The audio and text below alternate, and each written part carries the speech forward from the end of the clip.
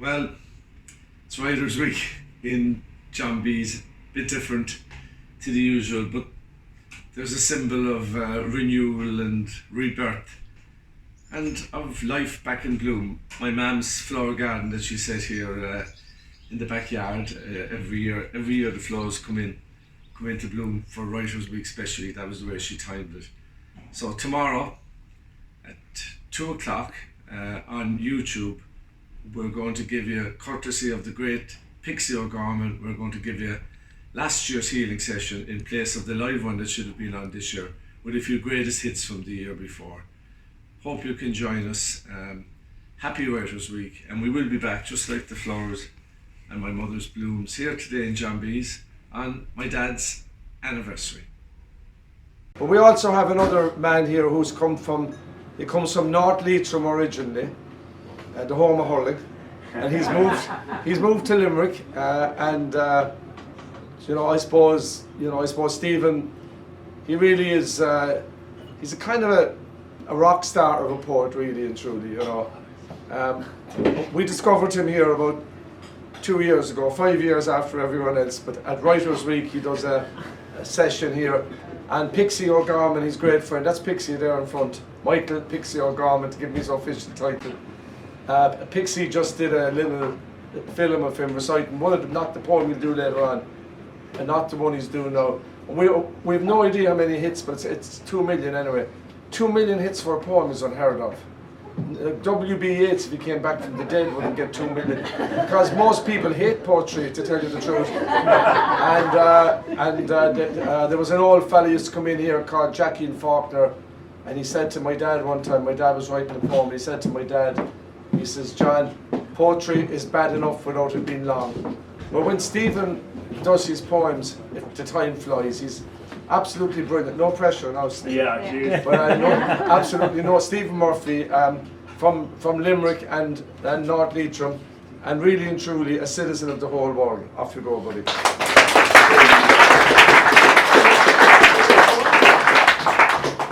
Yeah, no pressure now. Like, how are you? Are you well? Yeah. Good. Have we any dog lovers? Yes. A few sound right. I want to start you off with this one anyway, because I was out walking the mother earlier on, and she was sending me ballistic because I let her off the lead, which was a rookie mistake in the first place. Because she's a bit like myself, and I get let off the lead, I'm not too keen to come back onto it. Like. But this is kind of based on a true story. It's called "The Email from Dog to Man." It's not really based on a true story, but it goes like this. It says, "Hey man, how are you doing? I was chewing on your shoe but getting pretty bored, so I thought I'd write to show you how much you're adored. I was going to use a pen to be like Beckett, Joyce or Dunn, until suddenly it struck me that I don't have any thumbs. So I hope it doesn't scare you that I taught myself to type. I learned how to read through the blogs people write. Please try to forgive me if my grammar is shy, but have no preconceptions about what's wrong or what's right. But see, I've known you a long time now, and I've analysed you closely. In this life that you've been living as a parasitic parody that feeds upon the blood of self-fulfilling tragedy, where days and weeks meet months and years with vague familiarity, but never are your boundaries pushed to be the best the self can be.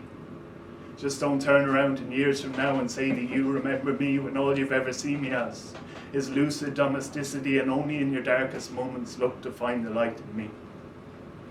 Look, I'm not trying to sound harsh. I'm just speaking my mind. I'd be everything you are if I knew how to lie. See, your world is my life, man, and if you asked me to die, I'd push back my ears and I'd politely comply. But I have watched and loved, watched and hated, watched and integrated hate with love as easily as innocence is obliterated. I have heard you screaming out the names whose overdose in pleasure brought you pain. And I have listened, as patiently as the wives of war victims pacing hospital corridors listened to the horrors that man brings upon man. Yet still you're rather the cat. Because he looks after himself, steals ham off the table and cheese off the shelf, There's no codependence, it's each to their own. If your world fell apart, he'd just lick his own hole. I just think you should know. He's been plotting your death. Ever since that last ill-fated trip to the vets, the looks are deceiving. He's completely insane. He's got no sense of reason and he's numbered your days. But you see, sometimes I wish I could talk or bring you for a walk on a lead so you can see how it feels to be me. Because if I could talk, I too would blame astrology or clinical psychology or religious ideologies or pharmaceutical dichotomies for all that might be wrong with me, when in reality I'm an animal who was born and who will die happy in the knowledge that I have lived and loved my time. So if you get this, and I hope that you do, I just wanted you to know that I'm sorry about your shoe. Don't be worrying about me. There's no need to reply. You just talk a bit louder and I'll be here by your side. Well done.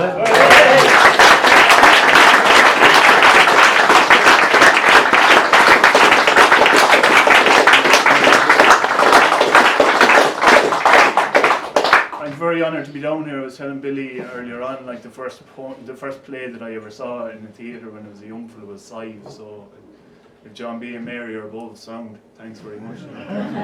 Cheers to Billy for having me down. And I'll give you an option, right? See the first one, the email from Dog. I wrote a writer reply from the cat. Because I figured people used to come up to me afterwards, you know, I do a lot of serious poems as well. And the one poem that people come up to me and go, just, you know, I like a lot of what you're saying, but like, you were very hard on the cat, like. So that's one option, right? So write a reply from the cat, or a letter to the Dublin GA, you know. You know, do we have any like? Do we have any? Do the cat. We'll hear how the cat says. We'll do the cat one, yeah. Well, we have a lot of Tyrone people here, and you're in Kerry, so you can't go wrong if you attack Dublin here. You can't. Only 17. Oh, go with that one, so. I will do the cat. I'll do the cat one anyway, right? Do the cat. You can do that later on. A letter from the Right Honourable Cat to His Lowliness Man. I'm only after writing it as well, so I might forget the thing. And for some reason, the cat has the voice of somebody who either went to Eton or Cambridge or both. Right? If the cat was human, I reckon to be a right snob, you know. But anyway, so picture it in that voice. I'm going to give it in the Leitrim brogue, but sure, anyway.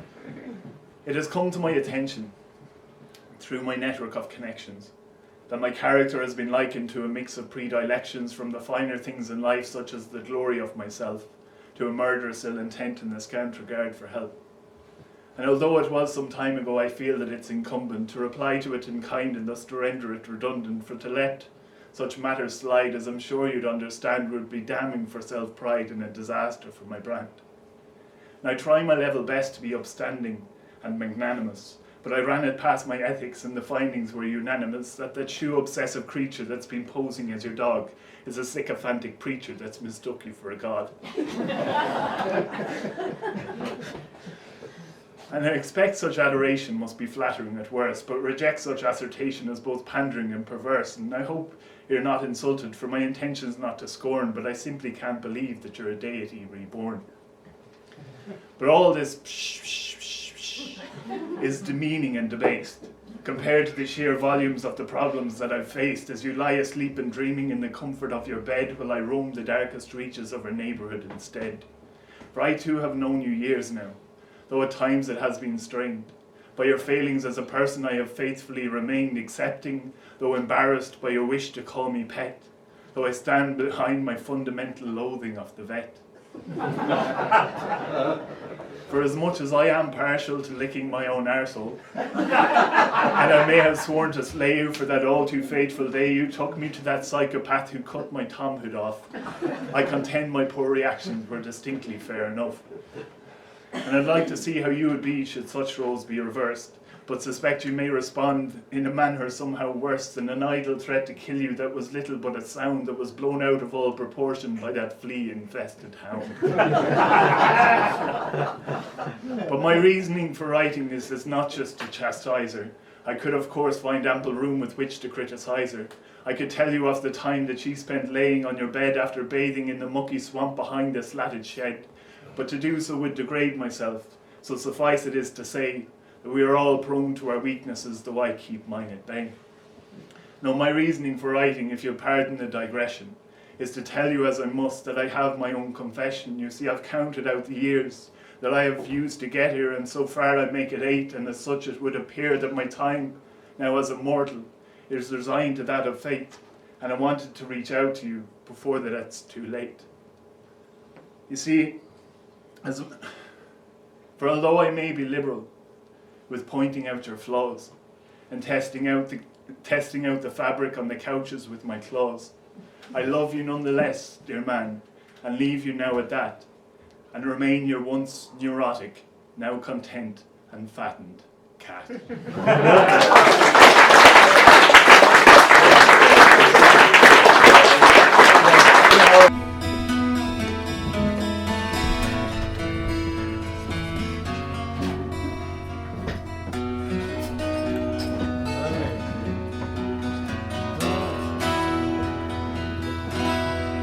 Because another birthday's come and gone, and there won't be many more. Me mind's gone wandering back the years that paved my lifetime's road to those endless sun-drenched boyhood days in the place it all began, with my gypsy band by the lovely river. Now I don't wear those tinted glasses, so I swear that this is true. The sun had always seemed to shine, the skies were always blue. For the Dolans and the Dorseys, the Maguires and the Burns, and my gypsy band of brothers by the lovely river. Now a lifetime lies between us since the day I went away, while the sun keeps returning, a part of me lost in endless sun-drenched boyhood days, in the place it all began, with my gypsy band of brothers by the lovely river. Now my mother taught the primary school, my father ran the shop. It was a home of love and laughter, where the music never stopped. And when evening stars kept twinkling out, all the neighbors would arrive, and their music and their folklore kept our heritage alive. And we snared rabbits in the crockin', captured tadpoles in the bog, and went rolling round the foreshore with fishing lines and dogs. And the dark and dangerous days to come were but lessons yet to learn by my gypsy band of brothers by the lovely river. Now my one and only sister was the first of us to go from a cruel and evil sickness that was terrible and slow. And it was standing by her deathbed that I first learned how to pray, when I begged the God of mercy to allow her to slip away. My brother Sean too soon and followed, long before his time. We thought he'd be the last man standing, be the last of us in line. He left without one word of warning as the leaves began to fall. The kindest and the bravest and the best one of us all. Now a lifetime lies between us since the day I went away, while the sorrow keeps returning. A part of me remained, lost in endless sun-drenched boyhood days, in the place it all began, with my gypsy band of brothers by the lovely river. There are 3 surviving brothers now who are left to carry on my mother's treasury of poetry, my father's legacy of song. And though our lives have led us separate ways, and we've traveled near and far, that shared patchwork of our boyhood is what made us who we are. And I don't want to go to heaven, for I've been already there, and an eternity of piety is more than I could bear. Oh God, if God might grant me mercy, He'll allow me to return to join my gypsy band of brothers by the lovely river. Yes, if God might grant me mercy, He'll allow me to return and rejoin my gypsy band of brothers and my beloved river.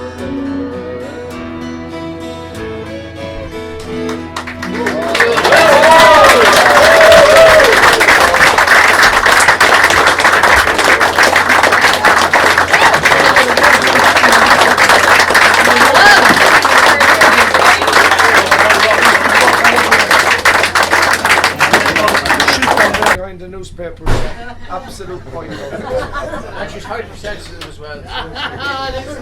Listen to that. It's great to be back for another Writers' Week, and it's great to hear you all and to see the faces again. It's simply wonderful.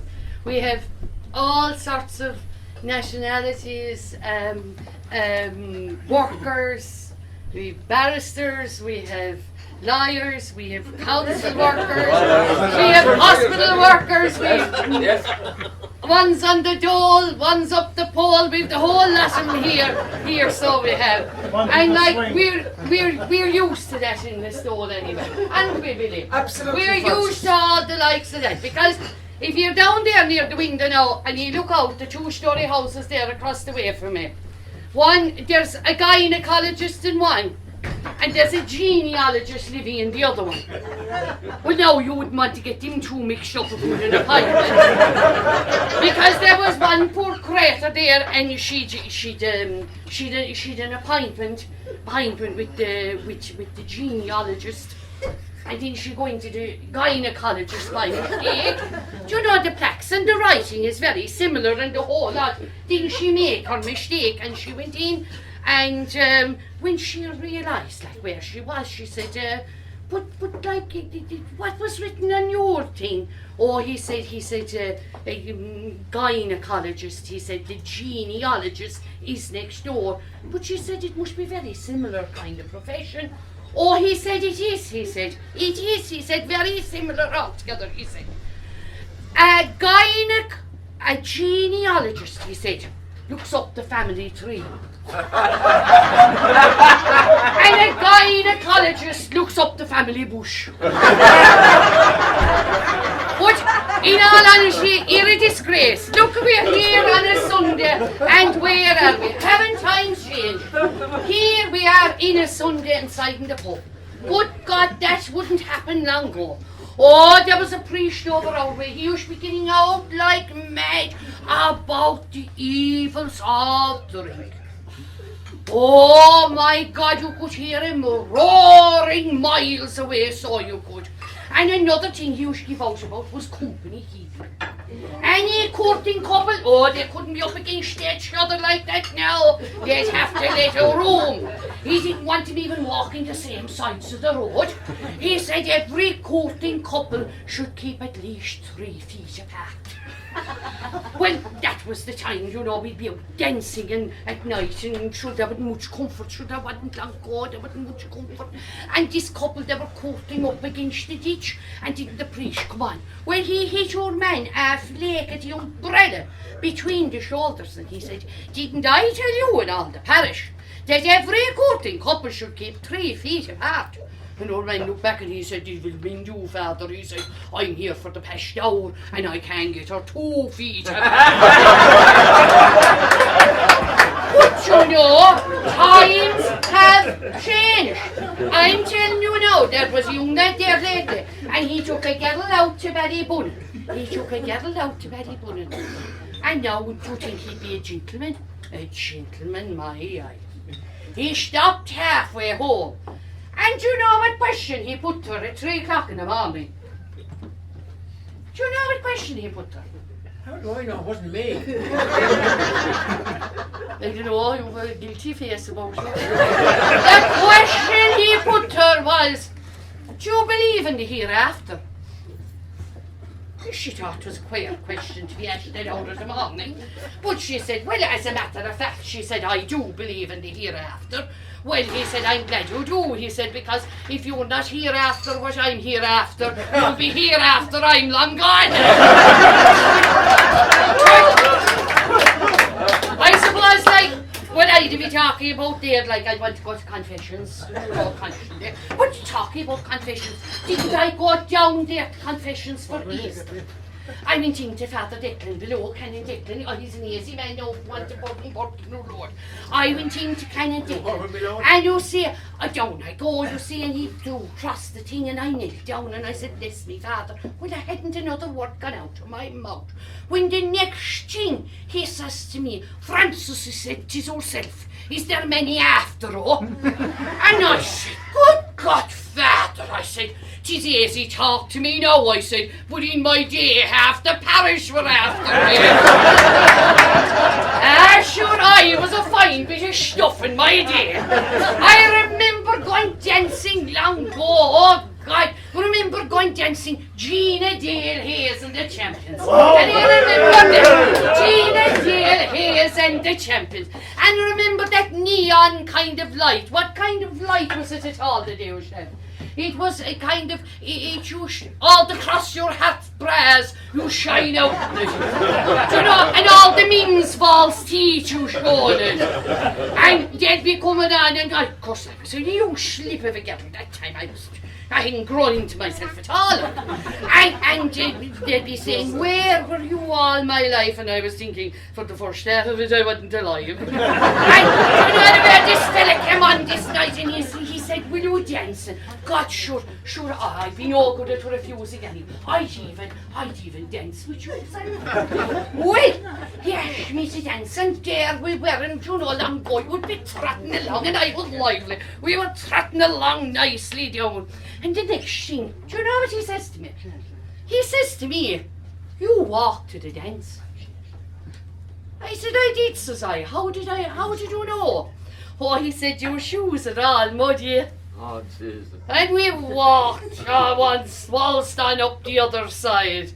And I said to him, I see you cycle to the dance.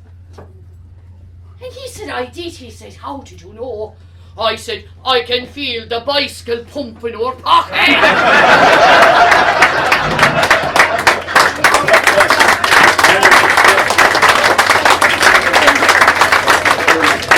soup runs of well-meaning people could not heal the souls or hurt the pride of the Irish in alien doorways with no one but God on their side.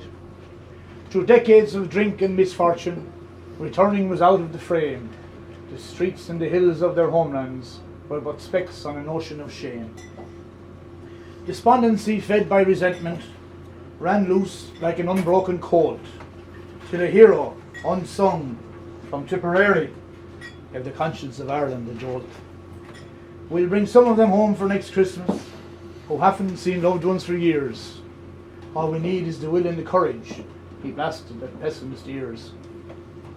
The captains of business he badgered, while his care workers beavered away, collecting the cash and resources, and then came the memorable day.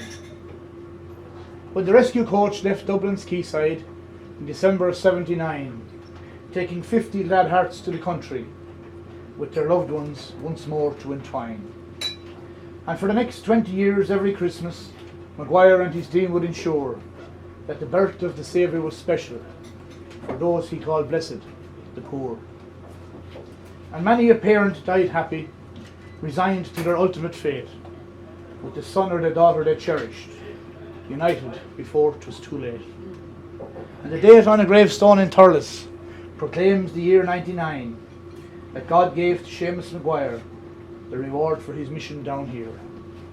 And his name in more permanent fashion is forever inscribed in that tome, the hearts of our destitute exiles who once had no hope of going home. Dreams dreamt under cardboard in Camden of a wind bush, a round tower or turf fire were realised beyond expectation. We were brought home by Seamus Maguire.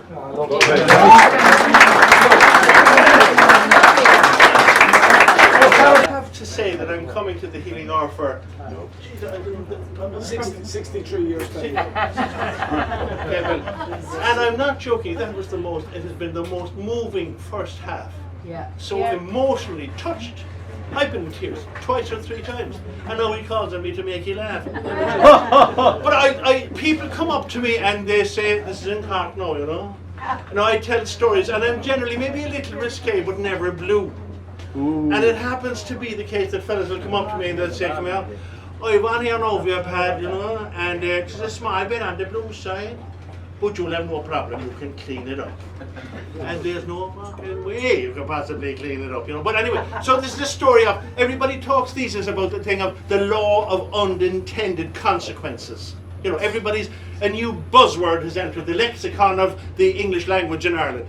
The law of unintended consequences. So there were 2 fellas, and this is how you can misinterpret things, you know. 2 fellas were having, and then men's health has become, at last, an important issue. A very important issue. So there's men's programs and magazines and all on men's health. So there were 2 fellas having a bar inside in Cork, and one was saying, you know, "Jesus, I was at the doctor last week, you know, and he says I was having the full medical, like what I call the pole to hole." And everything in between. And he said, "You like that, do you? Which is your preference, the pole or the hole?" No comment. So he said, "You know what he told me? He says, you're going to have a circumcision." And I said, "Jesus, a circumcision?" And the man said, "I had one of those when I was a couple of days old." And your man says, "Did it hurt?" And he says, I can't remember really, but I know I couldn't walk for a year." So I've had a request. I normally talk a little bit about sort of social climbing, but I also talk about the way ordinary people live. And I want to talk about, and I have had a request from one of my fans, well, my only fan, really, to do a little kind of sketch that I do. And Billy, you take part in this as well later on. But I want to talk about a social phenomenon that has afflicted every single man that has ever gone out looking for a babe. Oh yeah. I'll do that line again, and I get suitable enthusiastic involvement. A social phenomenon that has afflicted every single man that went in search of a babe. Oh, lads, you'll remember this. I'm going back to the times now when there was no such thing as men's cosmetics. there was Brill Cream and Brilliantine. And there was Old Spice deodorant. So I'll bet you every single man who put on the white shirt with the red tie and he had the brown shoes and the pinstripe suit and he'd wash himself usually in the sink and wash the hair and he'd look in the mirror having shaved and he'd go, whoa! You see? So the women used to sort of be looking out for the men as well. But so, and a fellow would go, you know, when he was putting on, he'd put on the Brilliantine. You always knew the fellow with the Brilliantine girls because the Brill Cream never sort of dripped. You know what I mean? The Brilliantine did. And so, so your man would be there. Where am I going? He's just a second now. He was. Oh yeah. Just give me 1 second. I'm just after losing the train of thought. Oh yeah. So there he was, and the only thing was Old Spice deodorant. And every man, he'd sort of be in front of the mirror and he'd have shaved, he'd have washed the whole lot, and he'd go, shh, shh, and then he'd go, shh, because you never know. So he'd go out and he'd go dancing, and he'd ask the girl of his dreams up to dance. And there he'd be, come on, oh, Maria, this is it now. This is the request, right? As we'd say in Cork, in the second last dance of the night now, in a clinger, Maria, a clinger. That's uptight now, right? Uptight. Lean in for Christ's sake. In a clinger, and the girl would always be attractive, so in Cork she'd be known as a lasher. So there we go, second last dance of the night now. Red sea, come on, red sea, and you're doing all your moves. We're out on the sea. Jesus Maria, lean in, and you'll be saying to yourself, right, I'm all right tonight, and you'd pull yourself up to your full 5'7" in your stocking feet. Maria, I'm the one in the stocking feet who's 5'7". She's really getting too much into it. And you'd say, in your best Montanati tone, can I see you home? And she'd say, no, listen, Maria, you've learned this off in her house now. I have to see me back. I dunno. I dunno. Not quite right, Maria. Try again. No, come on. I'm the lead, okay? She's saying the boss meant Montanati to us. I dunno. I'll have to see me pal. I'll have to see me pal. I'll have to see me pal. I'll have to see me pal. Fair enough. Isn't she great? And if the girl of your dreams was beautiful, fellas, you'd always recognise the pal. If the girl of your dreams was beautiful, the pal would be the one with the parum, the thick glasses, the long green cardigan with the button missing off the end of it, the ribbed stockings, and the double gusset knickers.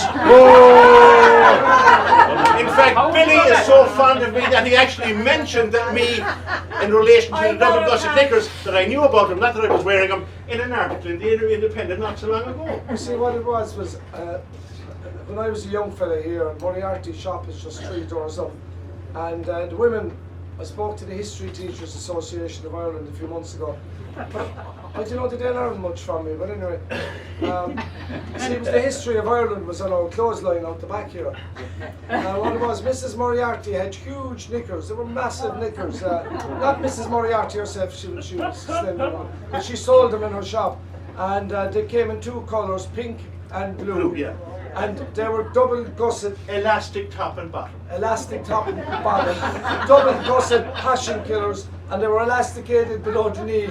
And my mom told me that when she was a girl and knocked the gosh, and all the other ones would be sitting up at the kitchen table sewing rosary beads into the gusset.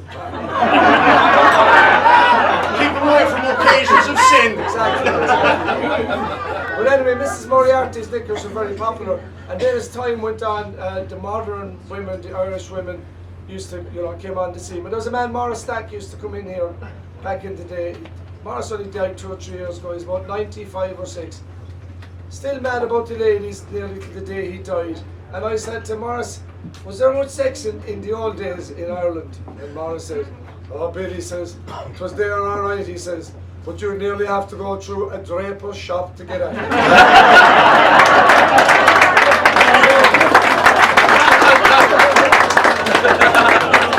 So when I was a boy and there were wolves in Ireland, I'd look out the bedroom window and you'd have the modern knickers of the new women hanging up in the clothes. Tongs very much bad one, yeah. And they'd be hanging up on the clotheslines and I'd be looking out and then you'd have the double gusset passion killers elasticated below the knee, blue and pink, and they were huge. And on a windy day, you could see them billowing in the breezes like a flotilla of sailing ships sailing into Cove Harbour. Very good. So, and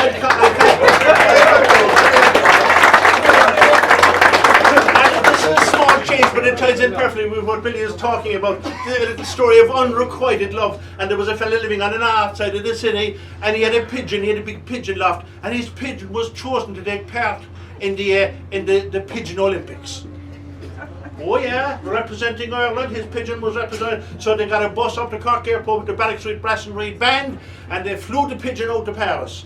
And they let the pigeon off at about 2:30, and about 5 o'clock, he'd expecting the pigeon in the loft. The story of unrequited love. And so, what would happen then, the pigeon would have a little tag on his leg, and he'd put it into a clock, and would click the time, and they know the time that the pigeon took to fly from Paris, and the fastest pigeon got the gold medal. And there he was outside about 5:15, and there was Mrs. Murphy's knickers were next door. Next thing he saw the pigeon coming, he said, "Jesus, there's a gold medal in this. Fuck it, there's a gold medal in this." So the pigeon would come down into the loft, and the wind would blow, and like the flotilla of sails, Billy, you put it so well, the knickers would flap in the breeze, and it would frighten the pigeon away. And the pigeon would go back up into the air. And he, Jesus, oh Christ, this is me gold medal, you see. So next thing, Mrs. McCarthy came out from next door, and she was kind of fond of me, you know. And he says, "Mary, Jesus is Mary, will you take on your knickers? I want to put in me pigeon."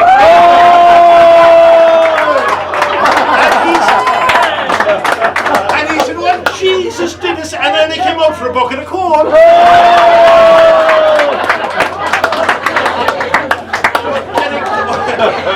Getting back anyway to dancing Longo, I pick up lots of little stories that women tell me when I do the sketch. And like, for example, in the days I'm talking about, there were no cars. The fella would have a bike and the handlebar and the carrier on the back. And if the girl of your dreams was unsure of your intentions, she'd never sit on the handlebar. She'd put herself on the back, and the pal would go on the handlebar, because in those days you had to leave the two of them home. No, that was the social rule, that was the social etiquette. And so what would happen would be, if the girl of your dreams was unsure of your intentions, what would she do? She'd leave herself off first. And you'd have to leave the pal home. And if the girl of your dreams lived in Listowel, where would the pal live? Lyra Crumpon. And you'd be all the way off to Lyra Crumpon with the pal up on the crossbar of the bike. And I bet you that at least 80% of the men here in the audience wound up married to the pal. On the simple male opportunistic premise, I'm not going on the fucking way to Lyra Crumpon for nothing.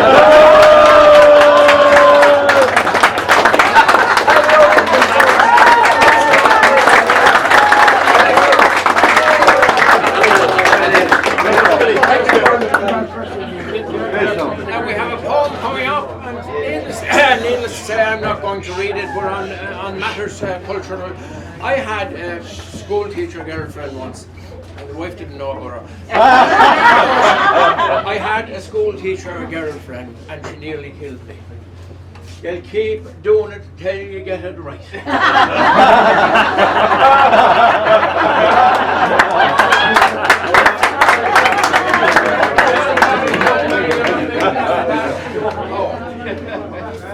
Ladies and gentlemen, Dan Barry, big hand please.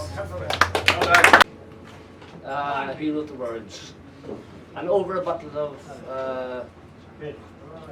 whiskey, this song came out, and we thought nothing of it, but it took on a life of its own.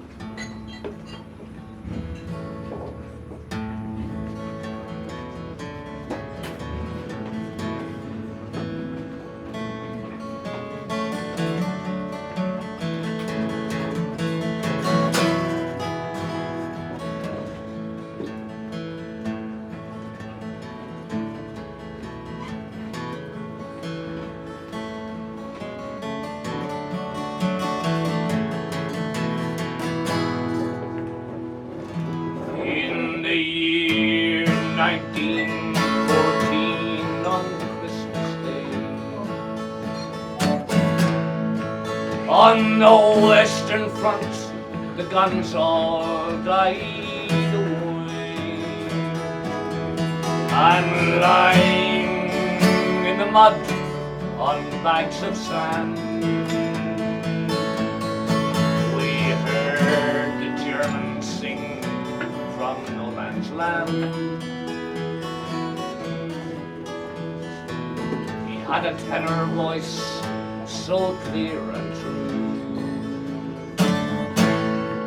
The words were strange, but every note we knew.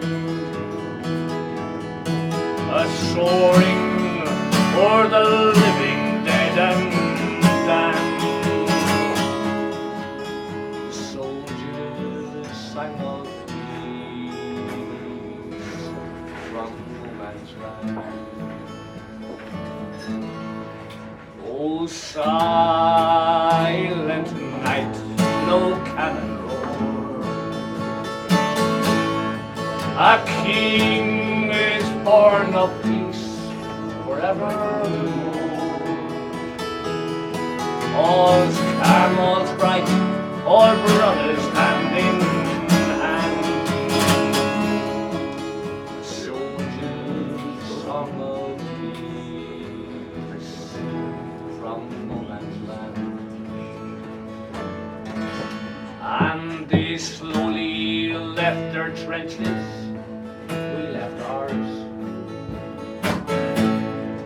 Beneath tin hats the smiles bloomed like wildflowers. With photos, cigarettes and flasks of wine, we made a soldier's peace on that front line. Their singer was a lad of 21. We begged another song before the dawn, and sitting amid carnage, death and fear, he sang again the song all along the year. Oh, silent night, no cannon roar. A king is born of peace forevermore.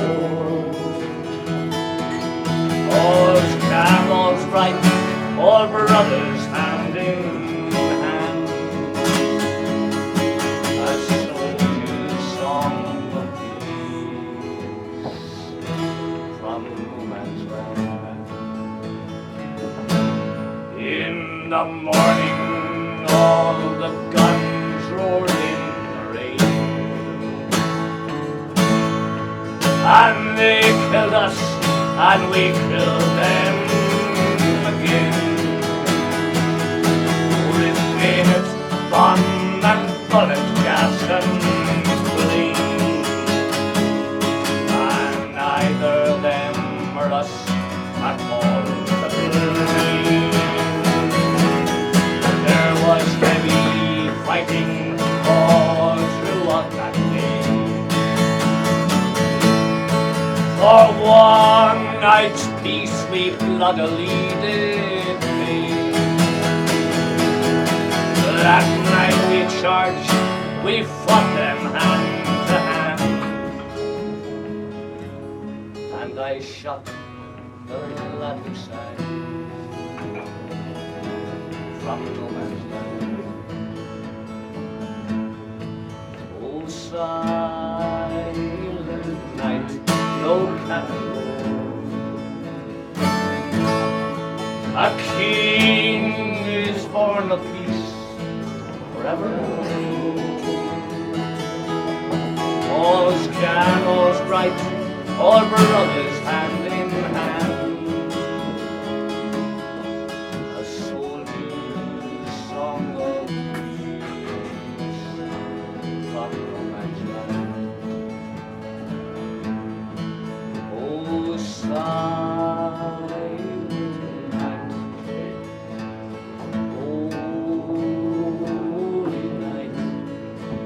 and his ghostly voice still rings as the young dead soldiers sing, where the captains and the kings, there's no man's land.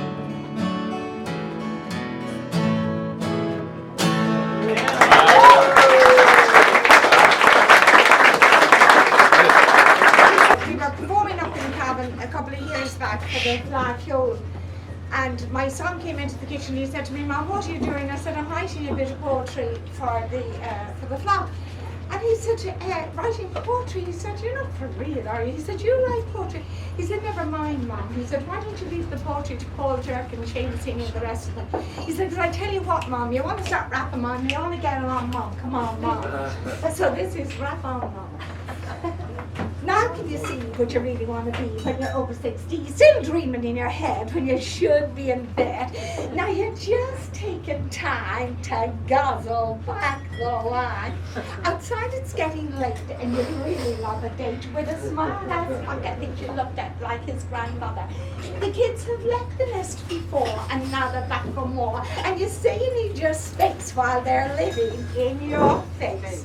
Just do what you want, said daughter on the line, and don't mind us, for we really do just fine. So you take a little trip and now you really flip, and you buy up all the store and can carry any more. You squeeze into a smaller size, though your body tells no lies, and you glisten like a dream, and you are the dancing queen. You swan up to the bar, knock back a double gin, and just as you're relaxing, he says, "Hi, my name is Jim." He's seen your face online and he thinks you look just fine, and now he wants to know where would you really like to go. You're embarrassed and upset because you never use the net, though you're flattered and surprised as he draws you to his side. He beckons you to boogie and you have a little smoothie, and your heart is all aflutter and your troubles melt like butter. And just as you're feeling what life is really meaning, he asks you for alone. Because his granny's in a hall. He says he'll pay you back and he'll take you to his gap. He'll make love to you all night and you can just try and see him right. So you're thinking now you're dreaming and you don't know how you're feeling, and you rush out to the loo and lose your left designer shoe. The wine is swimming in your head and now you wish that you were dead, as he's waiting by that door and he clearly wants much more. It has cost you €90 for the bouncer to secure you. As you make your way outside, he shouts, "We caught a Hannah!" Right. So you hold your head up high even though you want to cry. Tell yourself you are worth more as you slam the taxi door. Go yourself, you say, as the taxi drives away, and you spill out all your money and you have to laugh. It's funny. And in case you haven't noticed, your credit card got roasted. It made you feel so slim while you were bathing in the gym. So lay down and rest your head, turn out the light and go to bed. And forget the smart ass fucker, you're just another mother.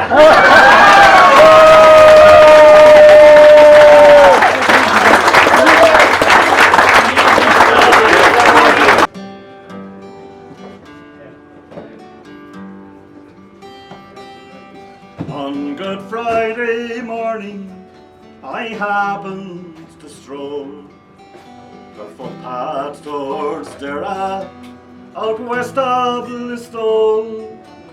The hedgerows reached out, begging brambles so bare, as sharp as the March winds that sliced through the air. Just past John B's sidewalk, my mind wandered free to stories of ghost trains en route to Tralee. With no plan or purpose, I found myself drawn to the old famine graveyard called Townspeline. As sweet as a berry, as cruel as its thorn, life's struggle commences the moment we're born. And as sure as the lark sings in lyra crumpon, the banshee will answer from Townspeline. With Easter being early and spring coming late. A hawthorn stretched silent inside the front gate. No primrose or bluebell or dandelion glow to brighten the gloom of this acre of woe. In Locka and Litter, in Leith and Lismile, they left blighted haggards and exhausted soil. Some bargained safe passage, their futures in pawn. The rest found the workhouse and town-building bond. As sweet as a berry, as cruel as its thorn, life's struggle commences the moment we're born. And as sure as the lark sings in Lyra Crumpon, the banshee will answer from Townbelline Bon. Those emigrants spread the sad news far and wide. The proud Choctaw nation sent aid on the tide. For hunger and hardship they knew all too well, and likewise the choice between Connaught and Hell. Now natives of Rahi, Dua and Atay have headstones in Boston, New York and LA, while Maureen and Noreen and Paddy and Sean lie forever nameless in Townbelline Bon. As sweet as a berry, as cruel as its thorn, life's struggle commences the moment we're born. And as sure as the lark sings in Lyra Crumpon, the banshee will answer from Townbelline Bon.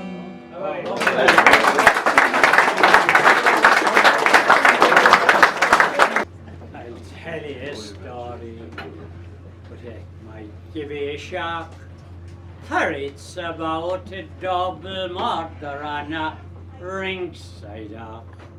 The lady in question, she was Biddy McGrath. She strangled two sailors with the straps of her bra.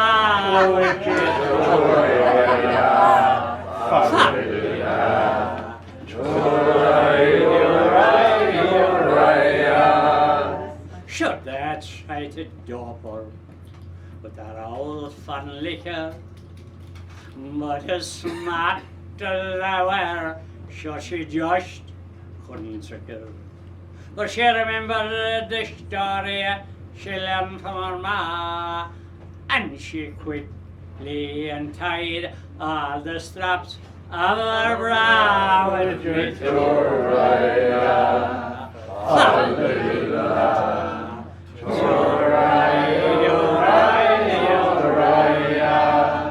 she thrown one strap around the big fella's head, and she threw him in the liffey like a crushed bread.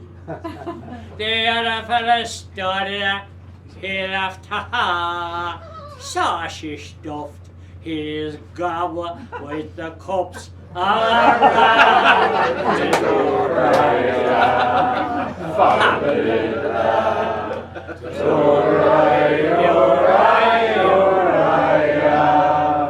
Now Billy got home, 'twas without much fun, but she was quite satisfied with the job she done. She told the story to her man, her pa, saying thanks be to Jesus, I was wearing my brow with his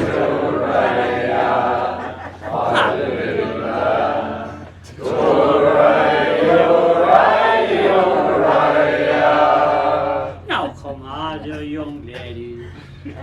be like a sailor by night. And make sure that the straps of your trousers are tight. Remember the story of Billy McGrath. Keep a hand on your middle and a hand on your brow.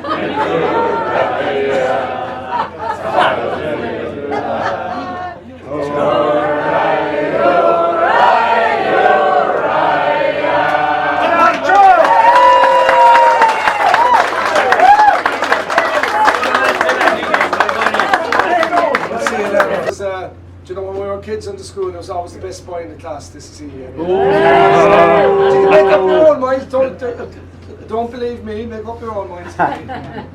No pressure. No pressure, nobody, no. I was in Limerick last night. I was here for Thursday. I had a bit of a gig on Thursday, and I went home on Friday morning, and I was heart sore to be leaving Listowel, and I was down in Limerick at home last night, and I was thinking, fuck it, you know what? I'm going back for the healing. And the reason I wanted to come back for the healing is because I wanted to give this poem at it. Because if it's not for the healing that we're here, what is it? And it's a poem called Before You Push the Chair. And it's a lot less crack than most of the other stuff, sorry.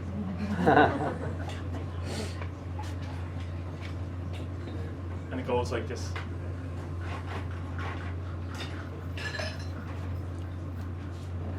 I want you to know that I've been there. In those moments when it feels as though every wall's a prison, when the whole world kneels upon you and the darkness of your vision has encompassed all before you and turned your whole world black, and it feels as though you'll never get to see your old world back.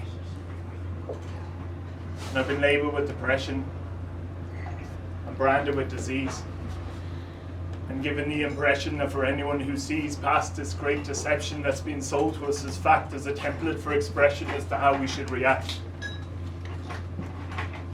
But I've come to see despair as a product of control, that's embedded in our psyche by the forces who patrol what we see upon our papers or read upon our screens, has deliberately tapered to tamper with our dreams. And for all that we resist it, it's there on every surface. From our buses to our bodies, all designed to fit the purpose, to remind us that for all we have, it's still never enough, that there'll always be that void to fill with other mindless stuff. And though some still cling to God to bring some structure to their lives, and others seem to need to be destructive to survive, there's a whole new generation, wandering aimless and confused, who were born into an age that never had a God to lose. And in their quest for validation, they turn to the machine, because they've come to know the world through the comfort of a screen.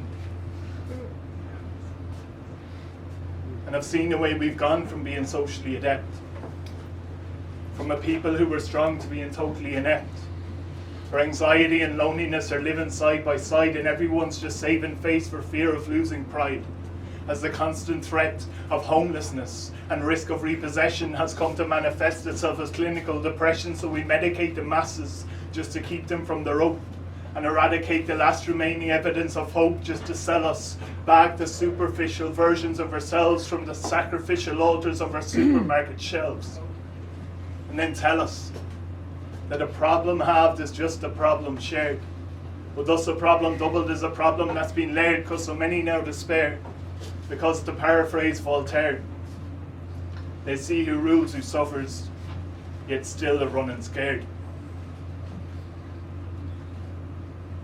But before you push the chair, I want you to step down from there and be the light you're born to be. To understand that those who see things differently are those who reshape history. That the prophets and the scriptures with the poets of the times, and everyone you'll ever meet has struggled with the mind, but one true friend will always trump a million friends online. Where reality is distorted and contorted to obscure, and designed to isolate us and to make us insecure. But for all our social networks, our net worth is obsolete when we need to praise the strangers to make us feel complete. But beyond our echo chambers, when we lift our eyes, we'll see that around us lie the embers of our own humanity. And as day is why we name the night, so too will come to see that the day we like to blame in life is only ever we, and for all we try to justify the versions of our truth, there will always be perversions to another's absolute, cause no matter where the roots lie, the one thing guaranteed is that the plant will always come to bear the hallmarks of the seed. And look, I don't have all the answers, and I'll never say I do. And I've just as many doubts and insecurities as you. But a friend of mine once told me that I showed up in a dream. And I'm not exactly sure what any of it means, but I was walking through a desert with my back towards the sun, in a crowd of other people, but for every other one their shadows fell before them, but for me it fell behind. And he said that he just stood there and watched us for a time. Till at last, I took an hourglass and smashed it with the stone, and poured the sand upon the sand, as there I stood alone. And when he asked me why I did it, I turned to him and said, well, that was simply just the way that the universe was made. And I know that may sound cliched, but I've been thinking about it since. And the more that I've been thinking, the more that I'm convinced that maybe all of us are only pouring dust upon the dust. And it's not us killing time, but more just time that's killing us.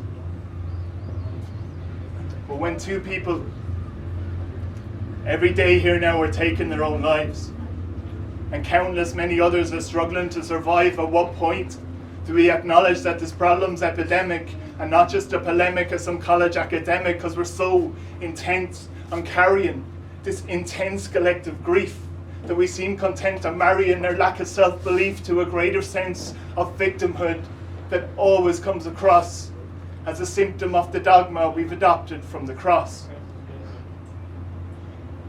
But look, I'm tired of trying to find the words. I'm sorry for your loss. And that loss could be avoided for a fraction of the cost. I'm tired of the statistics, because the numbers can't uphold the stories of the victims that will largely go untold. And I'm tired of the stigma that still surrounds our mental health, as if we're simply feeling is a failing of the self. But I'm mostly just exhausted, because I'm all too well aware that right now someone else is just about to push the chair.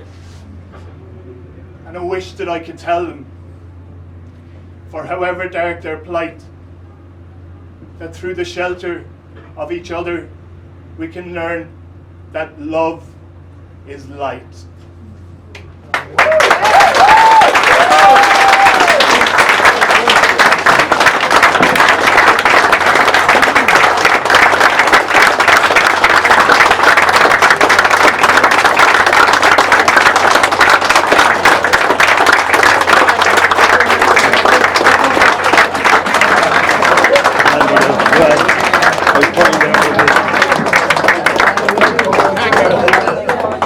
Folks, I don't know about the rest of you, but that was incredible. I'm calling a break for a few minutes after that. We'll give a break for 5 minutes.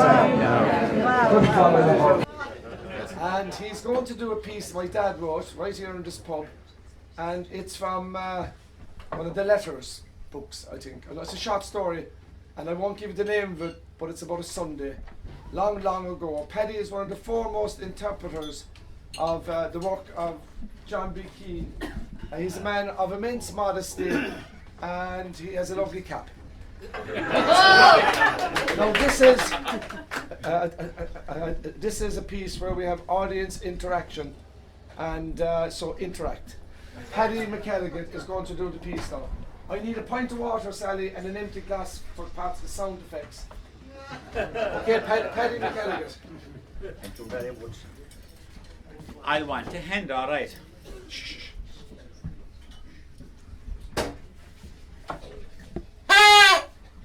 Perfect. Exactly what we're looking for. Now, this happened a long time ago in the month of August. In the year of our Lord 1934. No, it was a queer year for primroses. You know, it was a better year for hay. It was great sunshine. but 'twas a woeful year for funerals. Wait till I tell you. My grandfather, Mirashin Connor, that morning he got up fine early, milked his 2 cows, put the creameries into the horse's car, off he went to the creamery, came home, washed the tanks in, had his second breakfast, and then he changed the clothes, picked up, went down the road, and when he was all sorted, looked in the mirror, looked the part, out he went into the pony and trap, back to Lacca, picked up his old friend Teddy Dowd and my 2 old boys. They headed back to Ballybunnan for the 15th of August.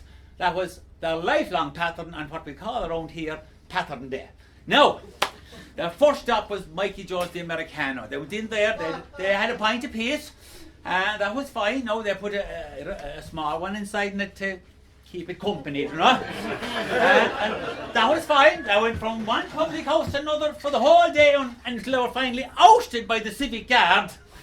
But of course my 2 cute boys, they invested in a noggin of whiskey apiece just to shorten the road home, you know.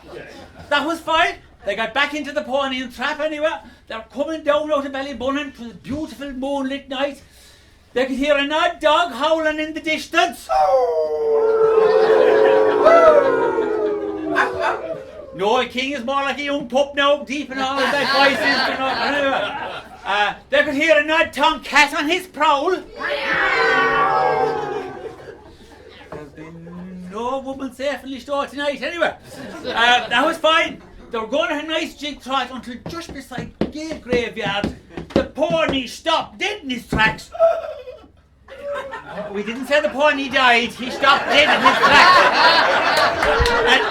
And no amount of coaxing would make this pony go another single solitary inch. My grandfather was worried, and straight away he went for the beads. He got out the rosary beads and he started going through the Hail Marys. Mine are luminous, by the way. But anyway, that was fine. Dowd, of course, with a power of drink inside him, and a small man, hops down out of the trap. I couldn't give a rattling damn, says Dowd. He went around to the pony's face, to the poor pony. There he was, frothing it about, and a look of abject terror in his bloodshot eyes. Dowd, of course, had to obey that ancient law, liquid in, liquid out. Over he went to the graveyard gate. You have to excuse me now. Oh no, don't.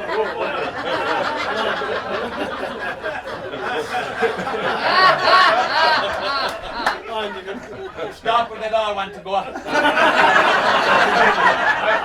Anyway, after about 5 minutes, when the steam cleared,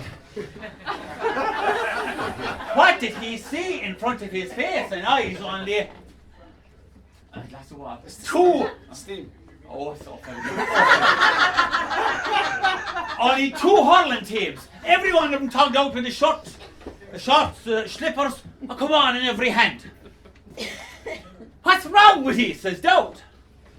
Over came this tall man with a face the colour of limestone. I'm the captain, says he, and we're short the men.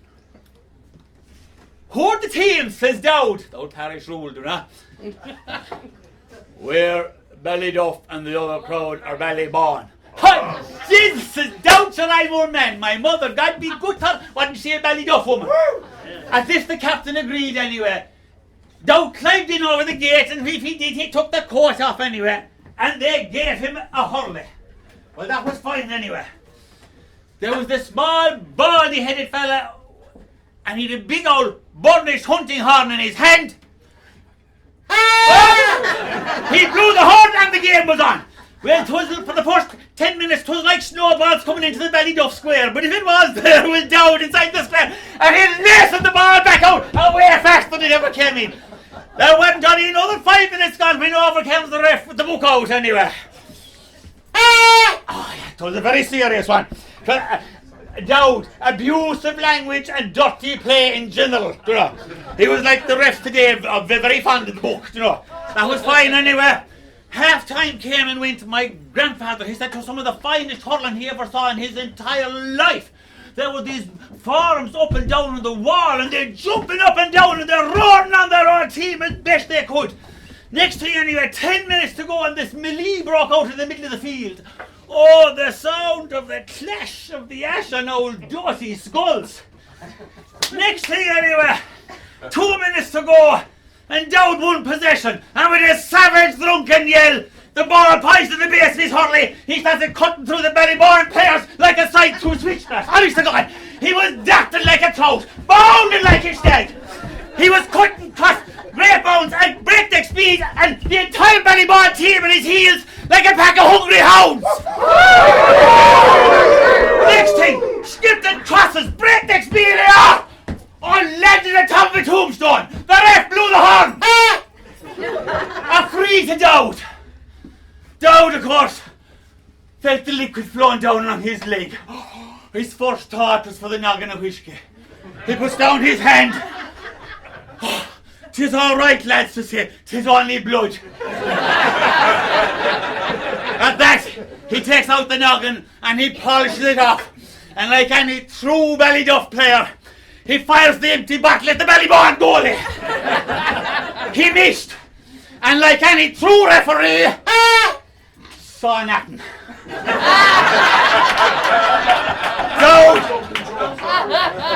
Dowd squared up for the free. He lifted the sliotar with his command and he lashed at it. There's the ball with the way off to the right. It flew through the eye of a Celtic cross. From there it struck the pool of a plaster angel to where it was redirected onto the outstretched arm of Michael, the archangel. And from there it schemed its way side and left upright into the back of the net. And goal!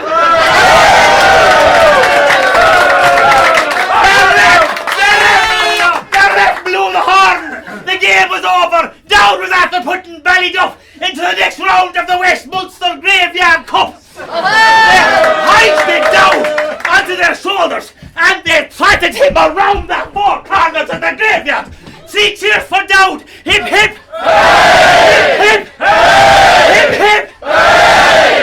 Oh, they were the 3 launchable goals that reached heavenwards and died slowly. The whole lot vanished, the 2 teams, the crowd, all except for Dowd and the Ballyduff captain. "Hurry on, quick," says my grandfather to Dowd. Dowd just throwing the leg out over the gate. And the captain comes on and he puts his hand on his shoulder. "You play the stars," says he. "You're the pride of our mother's people. Go home and get your affairs in order. You're on for good next Sunday."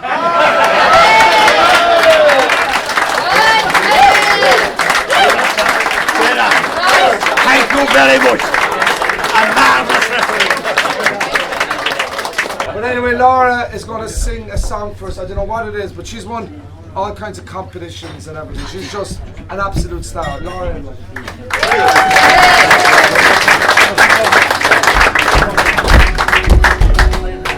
Sing along if you know the words, I'm sure some of you will. Now here you go again, you say you want freedom. Well, who am I to bring you down? It's only right you should play the way you're feeling. Listen carefully to the sound of your loneliness, like a heartbeat drives you mad. In the stillness of remembering what you had and what you lost, and what you had and what you lost. Oh, thunder only happens when it's raining. There's only love you when they're playing, and women, they will come and they will go.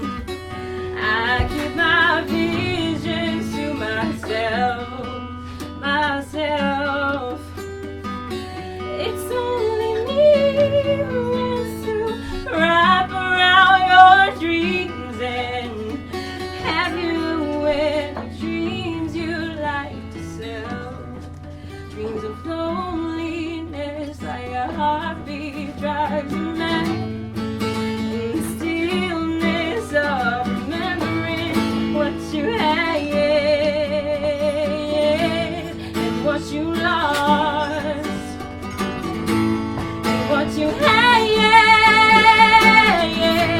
and what you lost. Oh, thunder only happens when it's raining.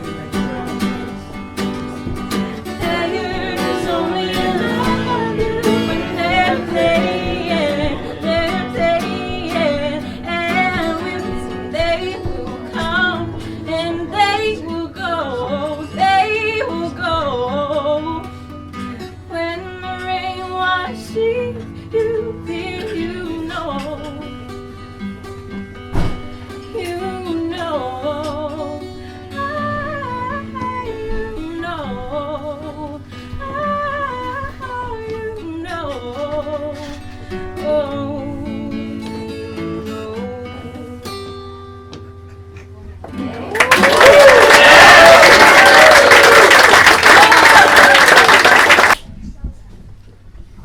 Some of you people mightn't know me.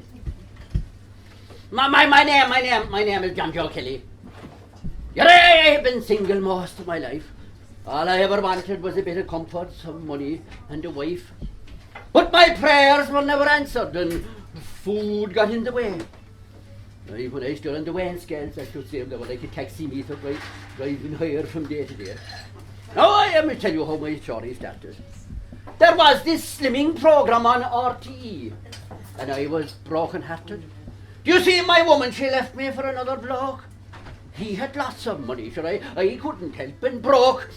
When she left me, it made me sick. Imagine her walking off with my own brother and me. I never thought she'd leave so quick. So I started the stress eating and put on a stone or 2 or 3 or 5. Pints of porter every night and 10 or 12 mince pies. Well, that's where RTE came in with their weight losing show. Now, me gaining weight was very quick, but losing it was very slow. The name of the program was called Information Transformation. A program teaching the Irish how to lose weight. The way I was piled on, sure as alright if I wasn't heading straight for the pearly gates. Still, I watched the program every Wednesday and every Thursday. On the ad break challenge, I'd always try. And when I'd be standing there in my boxes on the weighing scales, I'd think the lovely Catherine Thomas was by my side. Good man, John Joe, you're doing great.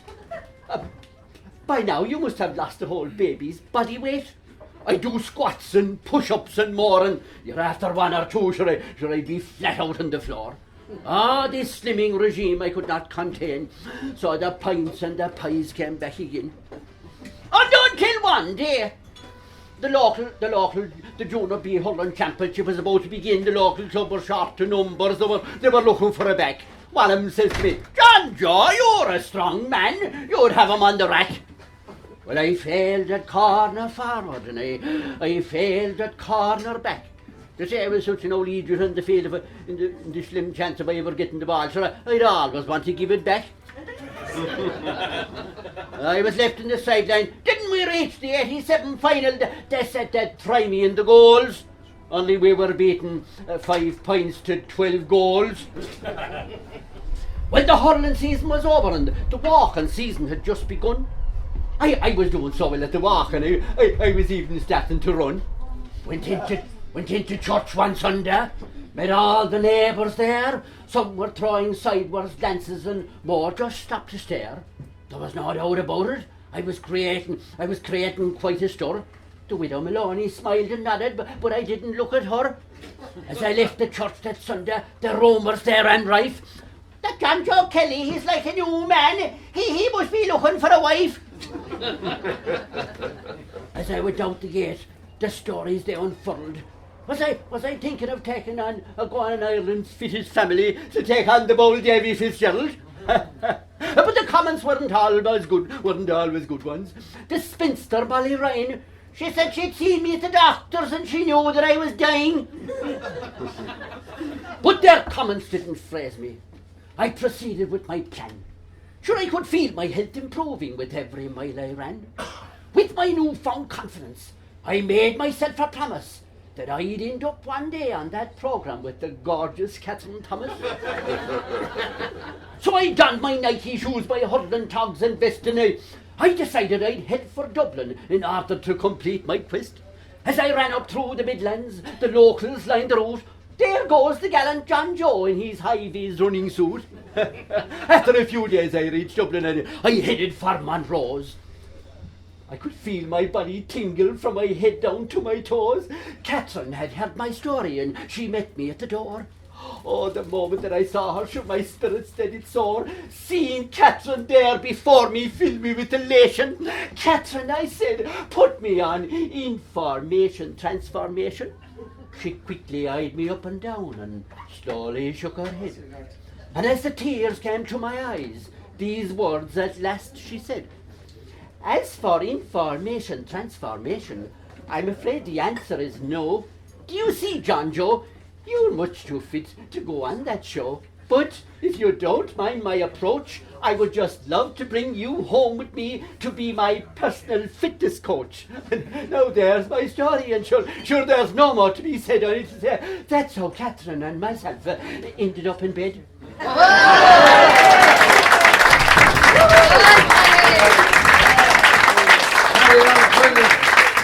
When Joe was a little bit diva, won't sing until this fella recites.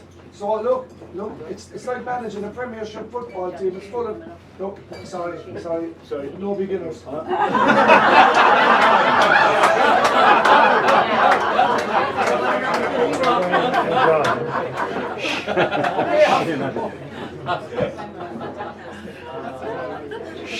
Really? I'll do one about a wedding. Ruby White was a greengrocer's daughter, the finest wee blonde girl in town. She fell for this red chap from Wexford, or a real yellow belly called Brown. Brown's mum was a black-haired girl from Red Hills, olive green before she was wed. She married old Brown in a bit of a rush, and all the Brown family saw red. Now Ruby White's mum was called Hazel Gray. For Ma said it was love at first sight. He asked her to wed, Hazel agreed, so Hazel Gray became Hazel White. We daughter Ruby was marrying Brown. Ruby was counting the days. Invitations were sent out in gold envelopes to the Browns, Greens, Whites and the Greys. Well, the Greys came to church in a big yellow merk. White's bluebird was crimson and gold. Black, olive green, rode a pink Yamaha. Black olive was blue at the cold. The Browns all arrived in a red minibus. They had drove through the black of the night. Round off and blue, from this 100-mile trip, Red Brown looked dangerously white. Father Black, he was waiting to greet them. A grey man with a red rosy face. He had red rum backed in the 245, so the knot was tied with great haste. The reception was held in the White Horse Hotel. The red carpet was duly laid down for Hazel Gray's daughter, who was Ruby White, but that morning became Ruby Brown.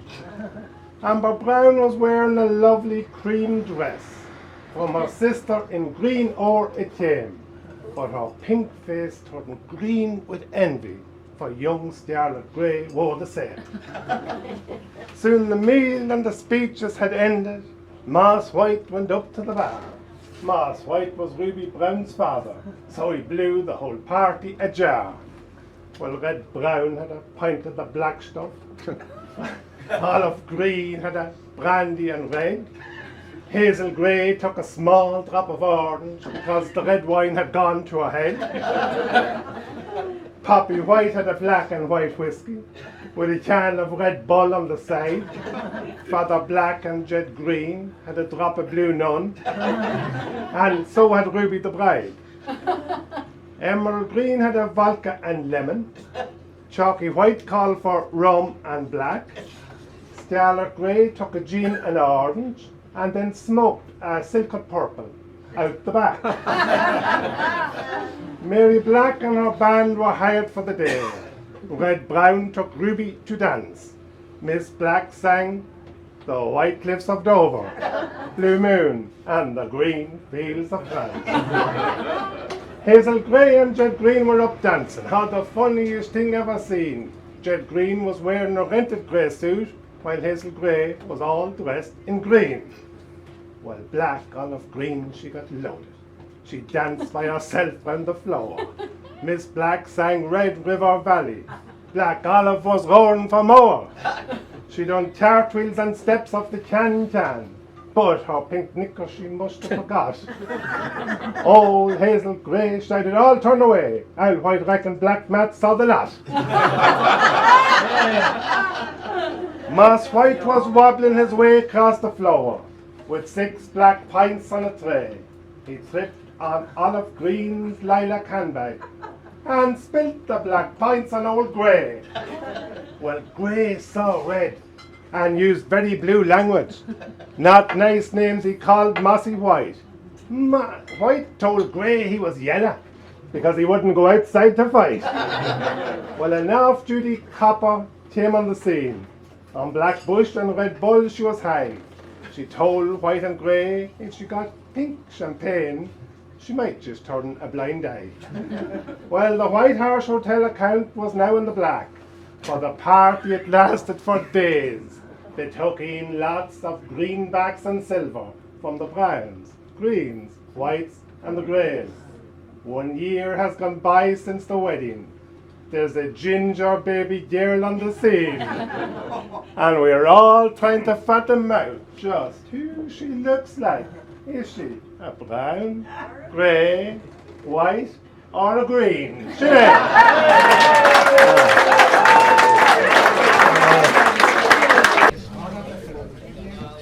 Listen, folks, I have to apologise. There's this song.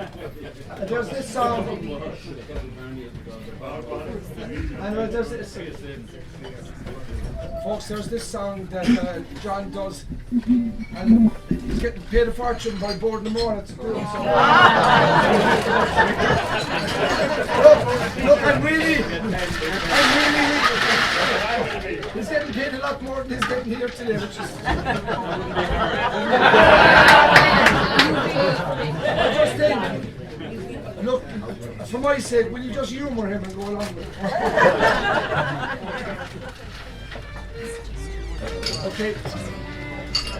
I want everybody up and hold hands. I'm not sorry. His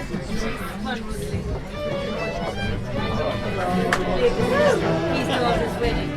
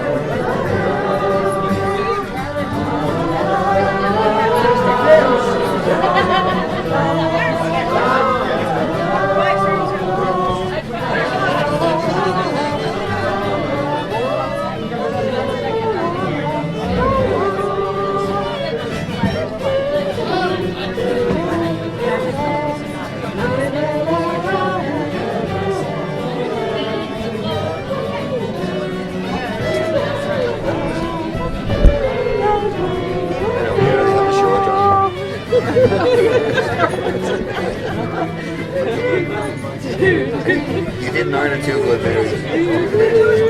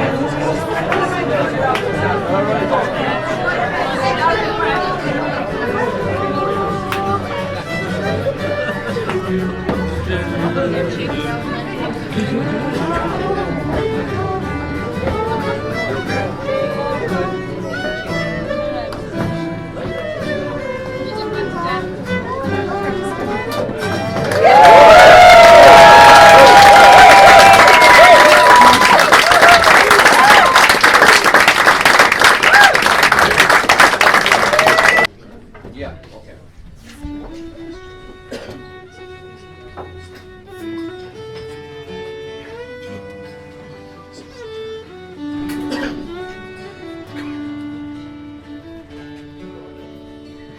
On Raglan Road of an autumn day, I saw her first and knew that whole dark hair would weave a snare that I might one day rule. I saw the danger, yet I passed along the enchanted way, and I said, let grief be a fallen leaf at the dawning of the day. On Grafton Street in November, we tripped lightly along a ledge of a deep ravine where can be seen the word of passion's pledge. The Queen of Hearts still making cards, and I not making hay. Oh, I'd love too much, and by such and such its happiness thrown away. I gave her gifts of the mind, I gave her the secret sign that's known to the artists who have known the true gods of sound and stone, and work intent without stint. I gave her poems to say, with her own name there, and her own dark hair, like flowers, oh fields of May. On a quiet street, where old ghosts meet, I see her walking now, away from me so hurriedly. My reason must allow that I have loved not as I should, a creature made of clay. When the angel woos the clay, he'd lose his wings at the dawn. dawn of day.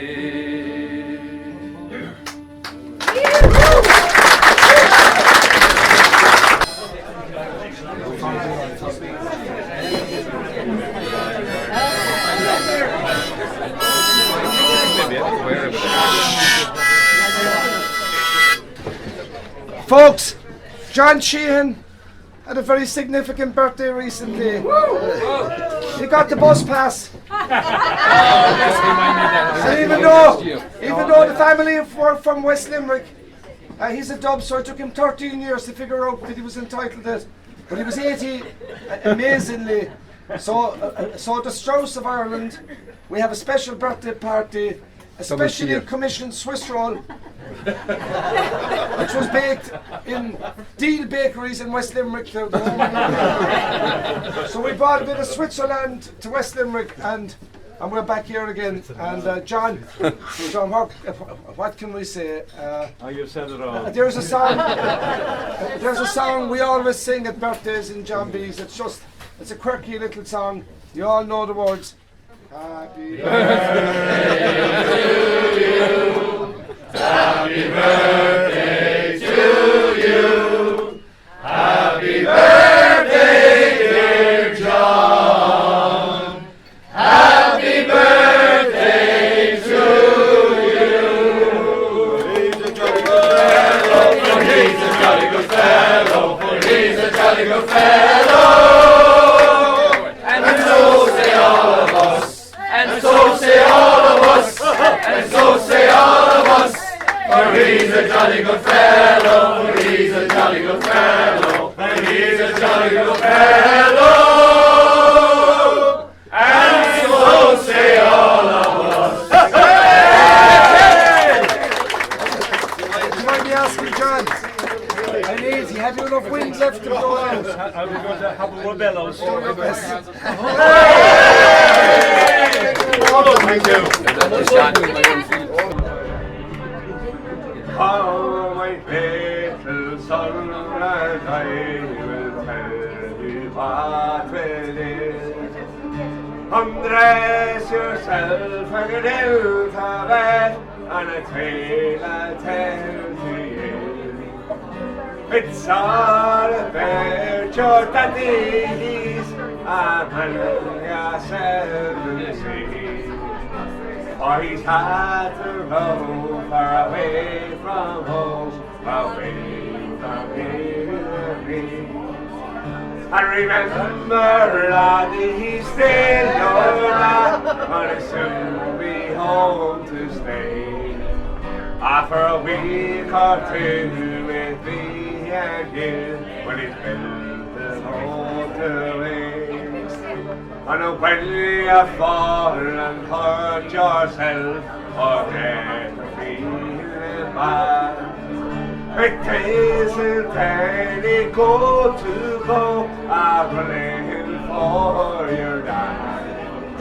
For the only time since you were born that we've had him there at home.